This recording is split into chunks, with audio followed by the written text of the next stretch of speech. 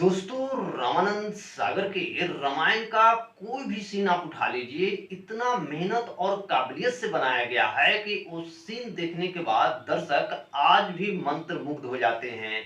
लेकिन रामानंद सागर साहब को एक ऐसे सीन जो फिल्माया गया था रामायण में, उस सीन को शूट करते समय उनका भी हालत खराब हो गया था। वो आखिर कौन से सीन था और उसे शूट करने में रामानंद सागर के पसीने आखिर क्यों छूट गए थे?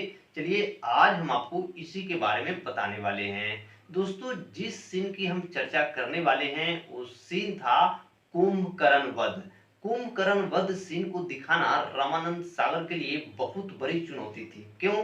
क्योंकि उस जमाने में नहीं तो वीएफएक्स था और नहीं आज की तरह महंगे कंप्यूटर। जरा सोचिए कि 80 और 90 के दशक में ऐसे सीन को दिखाना कितनी बड़ी चैलेंजिंग रहा होगा रामानंद सागर के लिए। लेकिन रामानंद सागर ने अपनी मेहनत और काबिलियत के बल पर इस सीन को इतना बखूबी से पर्दे पर उतारा कि आज भी हम और आप देखते हैं तो मंत्रमुग्ध हो जाते हैं। तो आखिर उस जमाने में कैसे इस सीन की शूटिंग किए होंगे रामानंद सागर, आज के वीडियो में हम आपको यही बताने वाले हैं। और साथ में ये भी बताएंगे कि कौन कौन से तकनीक का इस्तेमाल उस जमाने में रामानंद सागर साहब किए थे, तब जाकर ये सीन ऐसे तैयार हुआ।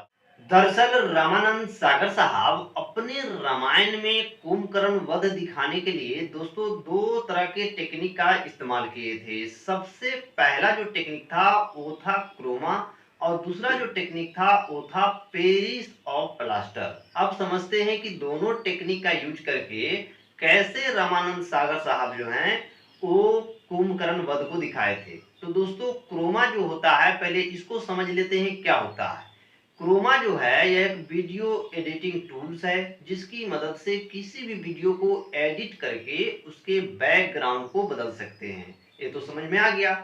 अब समझते हैं कि इस क्रोमा का इस्तेमाल करके कैसे रामानंद सागर साहब जो है कुंभकर्ण को वध को दिखाए थे। मान लीजिए कि रामानंद सागर साहब को कुंभकर्ण का हाथ कटते हुए दिखाना है, तो इसके लिए रामानंद सागर किस टेक्निक का यूज करते थे? सबसे पहले रामानंद सागर जो कुंभकर्ण बने कलाकार हैं, जैसे नलिन दवे बने थे जो गुजरात के बहुत ही मशहूर एक्टर रहे हैं, वही कुंभकर्ण बने थे रामानंद सागर साहब के रामायण में। तो उनका हाथ कटते हुए दिखाना है तो क्या किया जाता था? सबसे पहले ग्रीन रंग का पर्दा जो है उनके हाथों में उस जगह लपेटा जाता था जहां से कटते हुए दिखाना है। अब लपेट दिए, इसके बाद उसकी कैमरे की मदद से शूट कर लिया जाता था। शूट के बाद क्या होता था?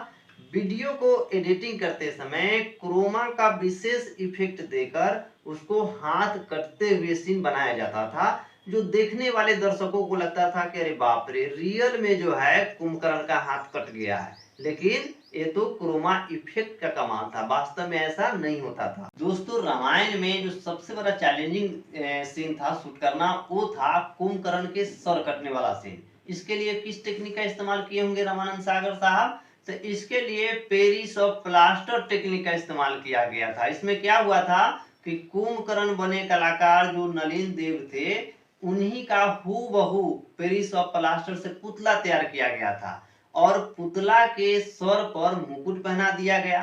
और मुकुट बनाने के बाद पुतला के ठीक बगल में एक बड़ा सा टैंकर लाया गया था जिसमें पानी भरा हुआ था, और उस टैंकर के पानी के अंदर से क्रोमा इफेक्ट दिया गया था। उसके बाद इस सीन को इस तरह से तैयार किया गया कि देखने वाला दर्शकों को लगा कि सच में कुंभकर्ण का सर जो है कटकर कहाँ गिरा है? पानी में गिर गया है, जबकि असल में कहाँ गिरा था? टैंक में गिरा था।